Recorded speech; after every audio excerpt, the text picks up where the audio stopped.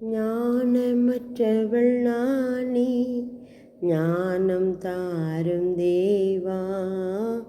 ஞானமற்றவள் நானே, ஞானம் தாரும் தேவா. உந்தன் ஞானம் ஞானம் இல்லை, எந்தன் பலனும் ஞானமும் நீரே. உந்தன் ஞானம் ஞானம் இல்லை, எந்தன் பலனும் ஞானமும் நீரே. எபேசியர் 5 15 சொல்லப்படுது, நீங்கள் ஞானமற்றவர்களைப் போல நடவாமல் ஞானம் உள்ளவர்களைப் போல கவனமாய் நடந்து கொள்ள வேண்டும். நிறைய காரியங்கள் நம்மளுக்கு ஞானம் கிடையாது, உலக ஞானமே கிடையாது. நான் ஆண்டவர் சொல்கிறார், இந்த உலகத்தில் உள்ளவர்களை விட உலகத்தில் உள்ளவர்களோட உங்களை ஞானிகளாக நான் மாற்றுவேன். உலகத்தில் உள்ள மக்களோட உங்களுக்கு ஞானத்தை நான் தருவேன் அப்படி. ஆனால் உலக மக்கள் ஞானம் உள்ளவர்களுக்குள்ள தெரியும். ஆனால் நம்மோடு ஆண்டவர் இருக்கிறதுனால தான் நம்ம ஞானமுள்ளவர்களாக மாற முடியும். நம்மளாம் பேதைகள் தான், ஒன்றுக்கும் உதவாதவங்க தான்.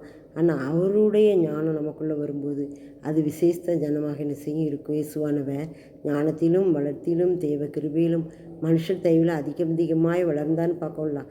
நாமும் கூட இயேசுவோடு இயேசு கிறிஸ்துவை போல மாறும்போது, அவர் புது சிருஷ்டியாக மாறும்போது நம்மையும் ஞானமுள்ளவர்களாக மாற்றுவார், ஞானத்தை தருவார். மற்றவர்களிடம் எப்படி நடக்கணும், எப்படி பேசணும் அப்படிங்கிற ஞானத்தை தருவார். சில நேரங்கள் நம்ம அறியாமல் பேசிட்டு நம்ம என்ன செய்வோம், ஞானம் உள்ளவர்களை போல் கவனம் இல்லாமல் நடந்து கொள்ளுவோம். ஆனால் சொல்கிறார், ஞானம் உள்ளவர்களை போல் கவனமாக நடந்து கொள்ளணும். நமக்கு கவனம் வேணும். நம்ம நிறைய காரியங்களை கவனம் இல்லாதவர்களாக இருக்கிறோம்ல. ஆண்டவர் நமக்கு கவனம் தர்றதுக்கு நாம் ஒப்பு கொடுப்போம்.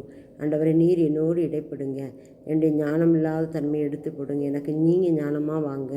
அப்போ கர்த்தருக்கு பயப்படுதலே ஞானத்தின் ஆரம்பம். அந்த பயத்தை எனக்கு தாங்க, உங்களுடைய ஞானத்தை எனக்கு ஊற்றுங்க. ஞானத்தின் ஊற்று பாய்கிற ஆற்றை போல் இருக்குன்னு சொன்ன வார்த்தையின்படி எங்களுக்கு அந்த ஞானத்தை தாங்க. நம்ம ஜெபிப்போம், ஒப்பு கொடுப்போம். காலத்தில் அந்தந்த நேரத்தில் நமக்கு என்ன ஞானம் தேவையோ அந்த ஞானத்தை அவர் தந்து நம்மை வழி நடத்துவார். ஆமென்.